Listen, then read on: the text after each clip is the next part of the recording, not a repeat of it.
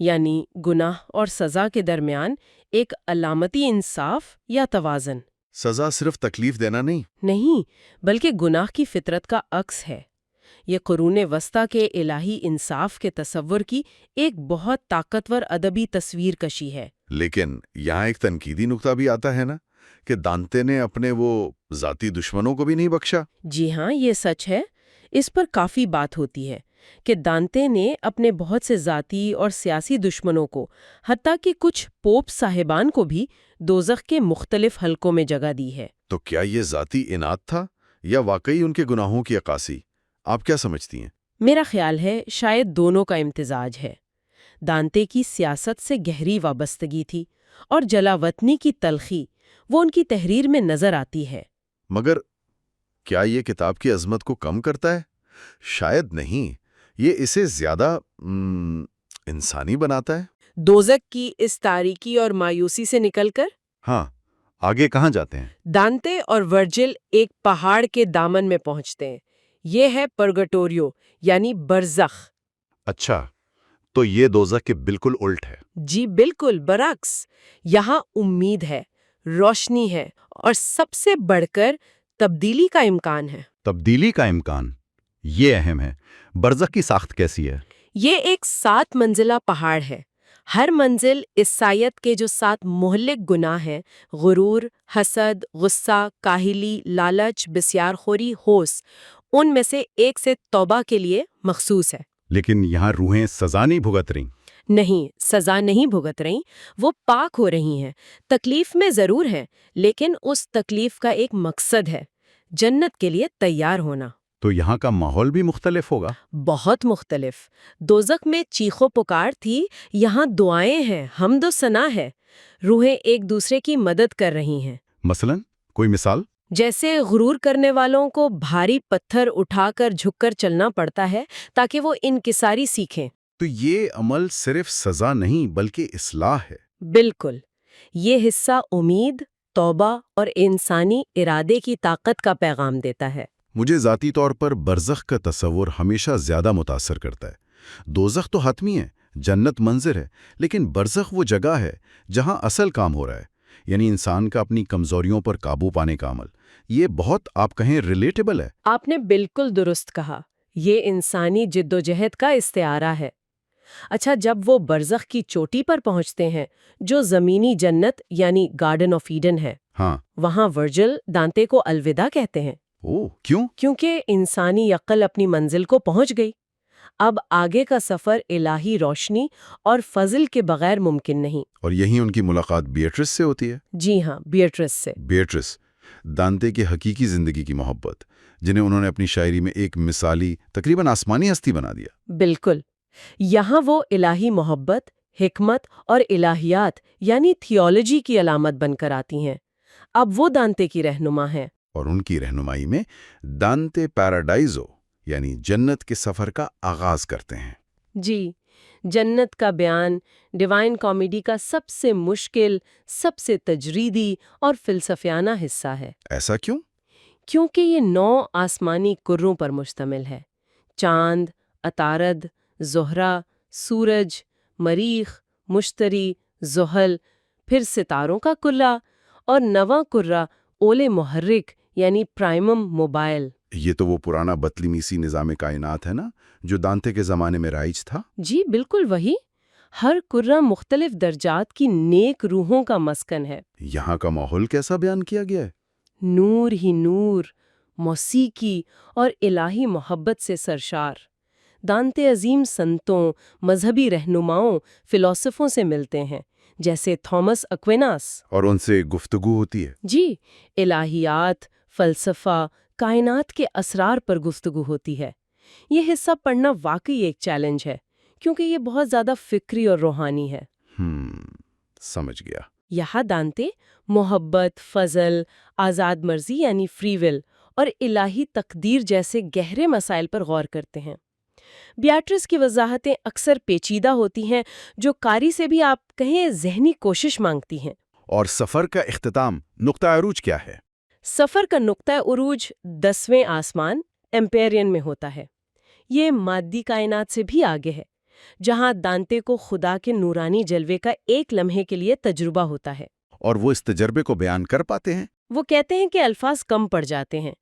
یہ ایک ایسا لمحہ ہے جہاں محبت، روشنی اور کائنات کی تمام حقیقتیں جیسے ایک ہو جاتی ہیں۔ یہ انسانی روح کے سفر کی حتمی منزل ہے۔ واہ! تو اس پورے اتنے بڑے مہاکاوی سفر کا نچوڑ کیا ہے؟ اس کے بنیادی موضوعات کیا نکلتے ہیں؟ دیکھیں، بنیادی طور پر تو یہ گناہ کی فطرت اور اس کے نتائج کا بیان ہے، پھر توبہ اور کفارے کی اہمیت، الہی انصاف اور رحمت، اور انسانی عقل کی حدود؟ جی، انسانی عقل کی حدود اور الہی فضل کی ضرورت، اور سب سے بڑھ کر محبت، چاہے وہ زمینی ہو یا آسمانی، اس کی طاقت کا بیان ہے۔ یہ تو جیسے قرون وسطیٰ کے عیسائی عقائد کا ایک پورا ادبی نقشہ ہے۔ بالکل، ایک جامع نقشہ۔ اور اس کے اثرات ادب پر، فن پر، سوچ پر، وہ تو بے پناہ ہوں گے۔ او بے پناہ!